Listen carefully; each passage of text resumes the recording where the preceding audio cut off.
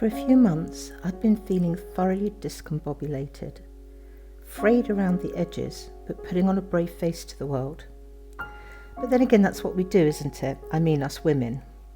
So many of us have lives in which we juggle a multitude of roles as mothers and carers, chefs and cleaners, makers of homes, wipers of tears, teachers of wisdom, counsellors, soothers of hurts, doers of shopping, drivers of kids, shoulders to cry on, friends, supporters, problem solvers and encouragers. Everything to everyone.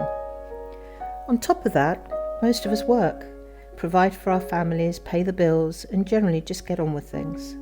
We don't grumble, we don't moan, we just get on with it. So when I found myself feeling decidedly shaky, I knew something was amiss. I'd had an accident a few months back where someone drove into the back of me at a junction at 70 miles an hour.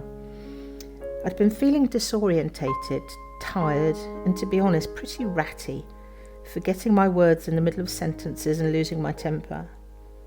It turned out I had quite a serious whiplash and a concussion which went on and on while I carried on as always.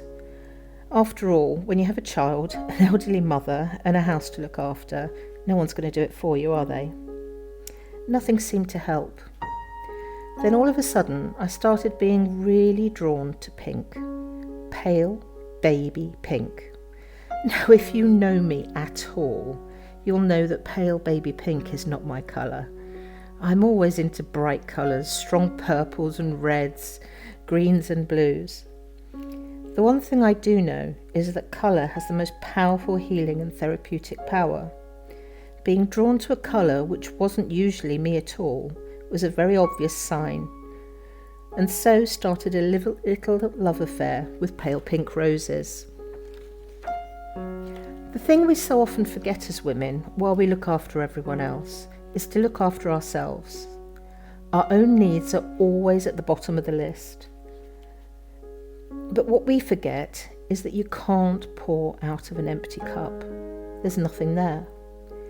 Giving ourselves some nurturing is vital if we're to stay healthy and on top of things. My sudden pull to pale pink wasn't surprising. Looking into it, I discovered that in the colour therapy and symbolism, pale pink is the colour of tenderness. It's the colour of universal love of ourselves and of others. It's a colour of harmony, inner peace, unconditional love and nurturing. Pale pink roses signify grace, gentleness and happiness. It's so important to nurture ourselves, to take that time out to feed our souls and our bodies with what they need. I rarely stop in my hectic life, but this was a time to slow down and to nurture myself. My way of doing this naturally was to turn to my creativity. In the process of painting Nurtue, I felt the healing tones of the light-filled pink petals soothe my mind. As those velveteen petals of the pale pink rose softly unfurled on the canvas, I myself felt as if I was being wrapped in a big, soft, fluffy pink blanket of love and warmth. The painting took me inwards and started to reattach the frayed nerve endings, to stroke away the anxious, buzzy feelings I'd been having. As each petal appeared, I realised that taking time out for myself is as valid and as vital as all those other activities. If I'm to be anything to anyone, I need to be something to myself. I need to take time to rest, sometimes even to just do nothing. And the nothing becomes something. It becomes nurturing and healing. Nurturing and healing becomes self-love, and self-love is such a vital piece of the puzzle.